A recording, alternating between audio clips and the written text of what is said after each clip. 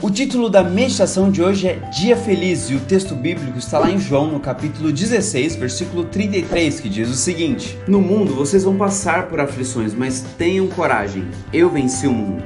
É bom demais quando a gente acorda, tá tudo dando certo, a gente sabe que o dia vai ser bom, a gente já toma um café da manhã da hora, porém nem todos os dias são assim, certo? Não, aí ele extrapolou ali. Tem dias que são um pouco mais nublados, são mais intensos e até mesmo são mais tensos. E tem dias que a gente acha que nem vale tanto a pena acordar, mas saiba de uma coisa, em Cristo a gente pode muito mais. Nesses dias que a gente precisa de um caminhão de reboque para tentar tirar a gente da cama, a gente precisa de muito mais coragem, muito mais força dele. Deus pode solucionar todo e qualquer problema, mas Ele quer atuar principalmente no seu coração para que você tenha um olhar muito melhor para as coisas. Os problemas nós sempre vamos ter. Você tá falando sério? Nós precisamos nos organizar para tentarmos ajustar aquilo que está nas nossas mãos, aquilo que a gente pode resolver e aquilo que nós não podemos resolver, colocar realmente nas mãos de Deus e também nas mãos de pessoas que são capacitadas para isso. Agora eu entendi! Agora eu saquei! Portanto, de alguma forma, tente também deixar de focar os seus problemas e passe a focar nas soluções que Deus já tinha dado no passado para outras situações. E também agora, permita-se ser iluminado por Deus para ir buscando as soluções. Mas, quando as coisas estiverem muito intensas, não esqueça de confiar em Deus e de entregar tudo aquilo que você tem nas mãos dele. Ora comigo, Deus eterno. Nós não conseguimos resolver todos os nossos problemas e alguns deles são um grande peso para nós. Por isso pedimos alívio e principalmente que o Senhor nos ajude nesse processo de resolução. Oramos confiando no Senhor. Em nome de Jesus, amém. Valeu, galera, que Deus abençoe muito. Olá, tudo bem com você? Que coisa boa reencontrar você. E daí? Muito interessante a mensagem de hoje? Com certeza, espero que tenha fortalecido a sua fé, tenha dado ânimo para você continuar lutando a cada dia e não desista. Nós temos um Deus maravilhoso que nos ama. Agora, na aula de hoje, vamos fazer uma revisão, porque hoje você vai realizar o trabalho avaliativo 1, ok? Lembre-se que nós estamos trabalhando texto dissertativo argumentativo, estamos trabalhando a questão da argumentação. Então, eu gostaria que você percebesse o seguinte, que a argumentação, ela se faz presente nos textos em que nós trabalhamos em avaliações, ok? Então, vamos lá. Vamos fazer algumas questõezinhas para fixar isso? Vamos aqui. Olha só. Aqui nós temos, então, a questão 1. E aí eu tenho um poema. Vamos ler juntos? Eu devia estar contente porque eu tenho emprego, sou um dito cidadão respeitável e ganho 4.000 cruzeiros por mês. Eu devia agradecer ao Senhor por ter tido sucesso na vida como artista, eu devia estar feliz porque consegui comprar um corcel. Eu devia estar alegre e satisfeito por morar em Ipanema e depois ter passado fome por 2 anos aqui na cidade maravilhosa. Eu devia estar sorrindo e orgulhoso por ter finalmente vencido na vida, mas eu acho isso uma grande piada e um tanto quanto perigosa. Eu devia estar contente por ter conseguido tudo o que eu quis, mas confesso abestalhado que eu estou decepcionado e você ainda acredita que é um doutor, padre ou policial que está contribuindo com sua parte para o nosso belo quadro social? Olha que lindo este poema, que é uma música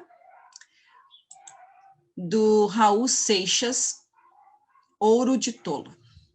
Agora vamos entender o enunciado. A composição musical Ouro de Tolo, de autoria de Raul Seixas, reflete uma crítica, olha aqui, ó, uma crítica ao momento histórico brasileiro, caracterizado pelo quê? Pela acomodação, ele é acomodado?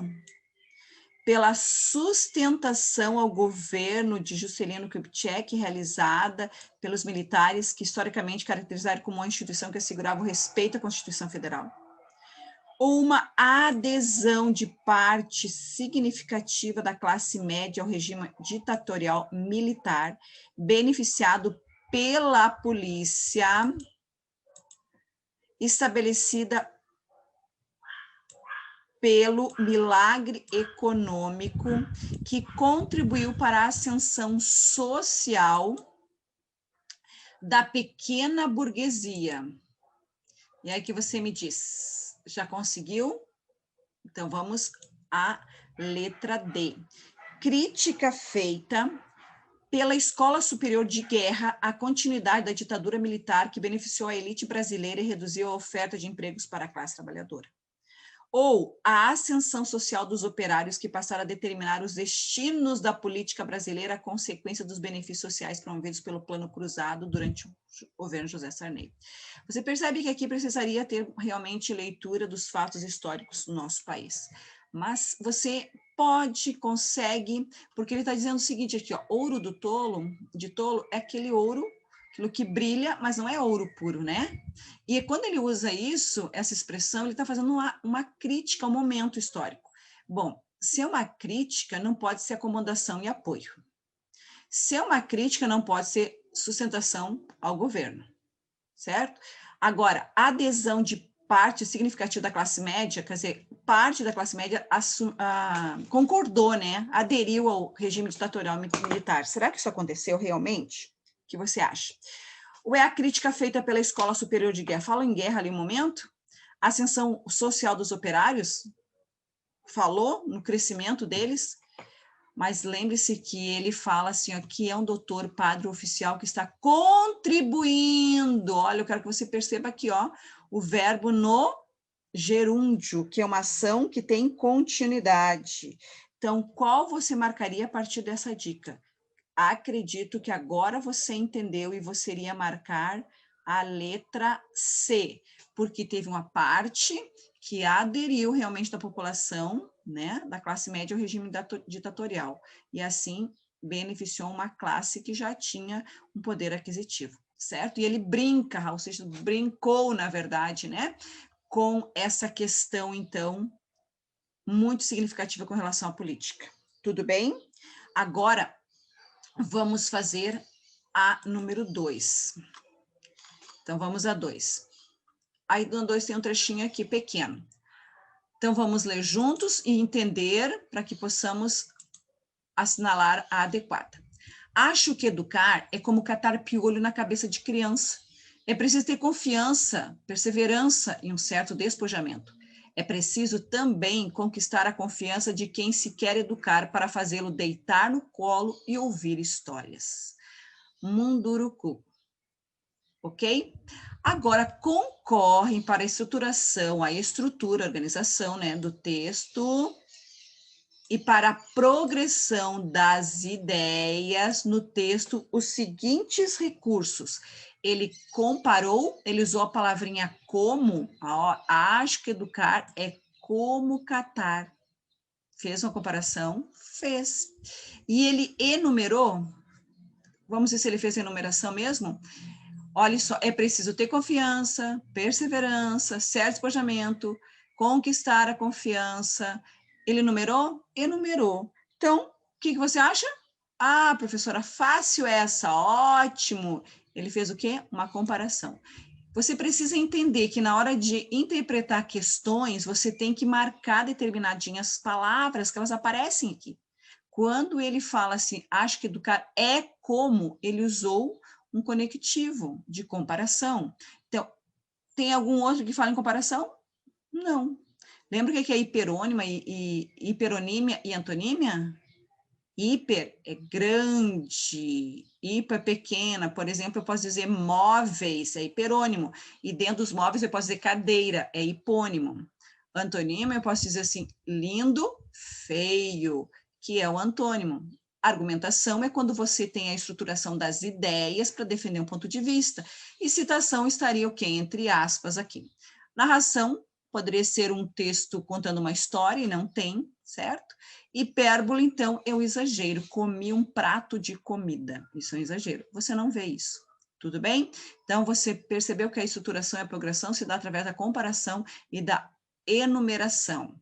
Agora nós vamos fazer a questão 3. Quero que você acompanhe aqui. O mundo mudou. O mundo mudou porque está sempre mudando. E sempre estará, até que um dia chegue o seu alardeado fim, se é que chegará. Hoje vivemos protegidos por muitos cuidados e paparicos, sempre sob a forma de serviços, e desde que você tenha dinheiro para usá-los, claro. Carro quebrou na marginal? Relaxe, o guincho da seguradora virá em minutos resgatá-lo. Tem dificuldade de locomoção? Espere, a empresa aérea disporá de uma cadeira de rodas para levá-lo ao terminal. Surgiu uma goteira no seu chalé em plenas férias de verão? Calma, o moço que conserta telhados está correndo para lá agora. Vai ficando para trás um outro mundo de iniciativas, de gestos solidários, de amizade, de improvisação. Sim, quem não improvisa se inviabiliza, eu diria, parafraseando Chacrinha. Estamos criando uma geração que não sabe bater um prego na parede, trocar um botijão de gás, armar uma rede. O mundo mudou, sim. Só nos resta o telefone do saque, onde gastaremos nossa bilis com impropérios ao vento, ou o site da loja de eletrodoméstico, onde ninguém tem nome. Que saudade dos Reginaldos, Edmilsos e Velosos. Ligaremos para falar com a nossa própria solidão, a nossa dependência do mundo, dos serviços e a nossa incapacidade de viver com real simplicidade, soterrados por senhas, protocolos e pendências vãs. Nem Kafka poderia sonhar com tal mundo. Zé Cabaleiro. O texto trata do avanço técnico e das facilidades encontradas pelo homem moderno em relação à prestação de serviço. No desenvolvimento da temática, olha aqui, ó, o que nós vamos analisar? Desenvolvimento da temática. O tema é o quê? O assunto. O autor, o que o autor faz?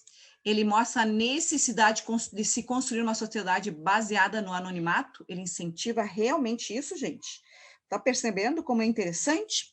Vamos a B. Apresenta uma visão pessimista acerca de tais facilidades porque elas contribuem para que o homem moderno se torne acomodado e distanciado das relações afetivas.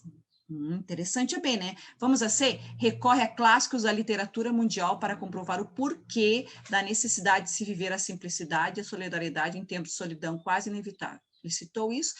Ele citou o Kafka, professor.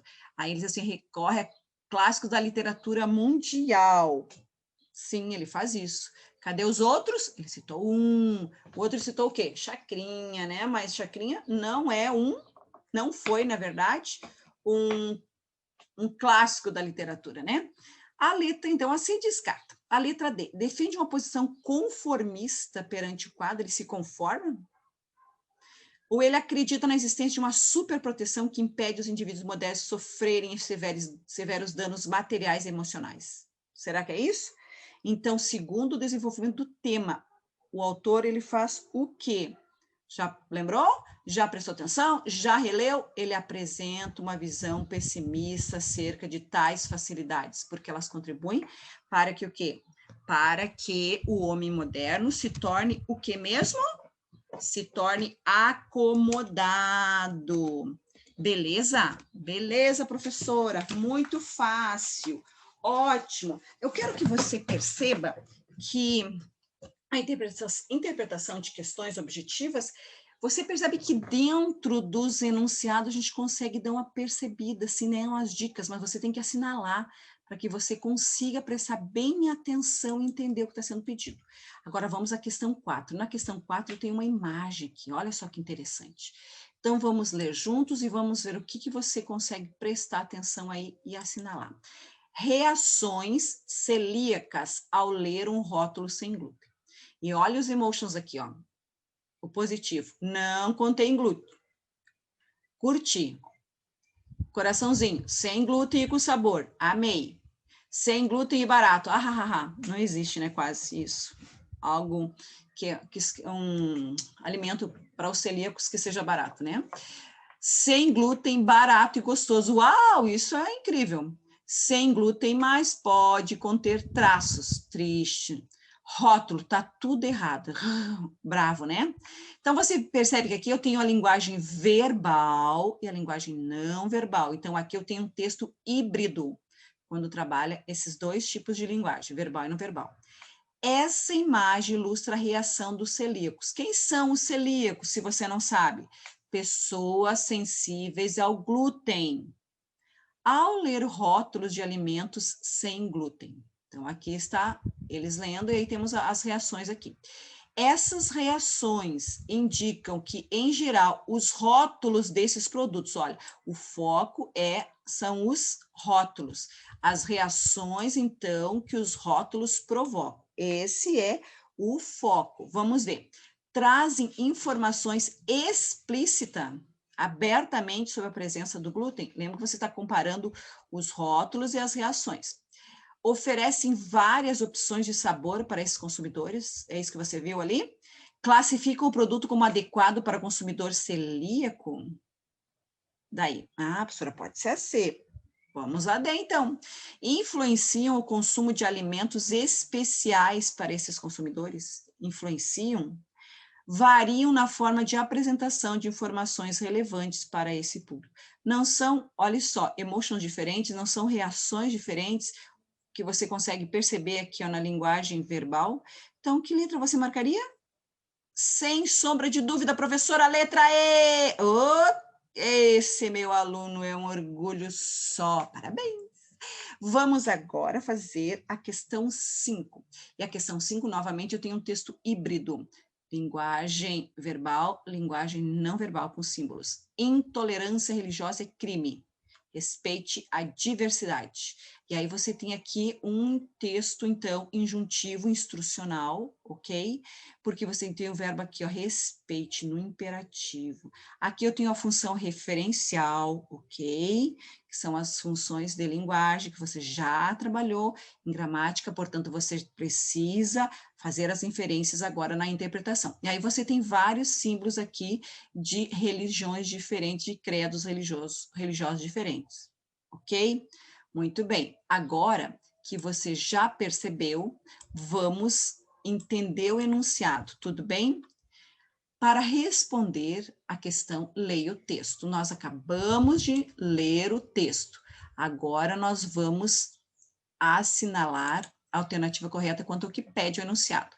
Análise dos aspectos verbais e não verbais, que você já viu, que é um texto híbrido, tem os desenhos, as imagens, né, com relação aos credos religiosos, e tem as palavras. Do texto, leva à inferência. A inferência é aquilo que você conseguiu perceber sobre o quê? Sobre a intolerância religiosa, mas não em qualquer lugar, no Brasil. Agora vamos ver se você consegue responder. Provém unicamente de pessoas descrentes em Deus, que pregam a desordem e a insurgência aos ritos em geral. Você viu ali isso? Foi intensificada com o surgimento de diferentes seitas visando combater a Igreja Católica, ainda hoje com o maior número de fiéis no país. Você vê alguns dados com relação à Igreja Católica aqui como diz a letra B ali no cartaz. É acirrada pelos praticantes do catolicismo, os únicos que atacam os que pregam outras ideologias, tentando manter seu espaço hegemônico na sociedade brasileira. Se você viu a Igreja Católica na letra B, se você viu, então você vai ter que marcar B e a C, porque as duas têm o quê? Catolicismo e Igreja Católica. E não aparece ali, aparece um símbolo do cristianismo. Ok?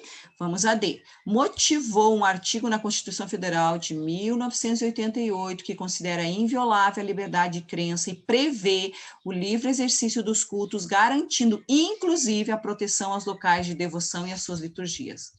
O que você acha dessa? Ficou em dúvida? Vamos a E. Decorre do combate que outrora se fez às religiões tradicionais africanas, sobre a alegação de atraso, falta de cultura, preconceito, hoje rejeitado pelo poder público que fiscaliza e pune duramente os casos de respeito à fé. É verdade isso? Fácil, fácil. Professora, já sei. Ótimo, diz para a professora que você iria marcar a letra D. Ok? Tudo bem. Você percebeu que interessante, como é gostoso fazer interpretação, prestando bem atenção, marcando as palavrinhas que são chave para entender? Ótimo, fiquei muito feliz com você. E eu tenho certeza que você, um aluno super, mega, hiper, vai fazer o seu melhor e vai melhorar muito, muito no seu conhecimento, no seu crescimento nas interpretações, ok? Um abraço e vejo você na próxima aula. Até lá. Tchau!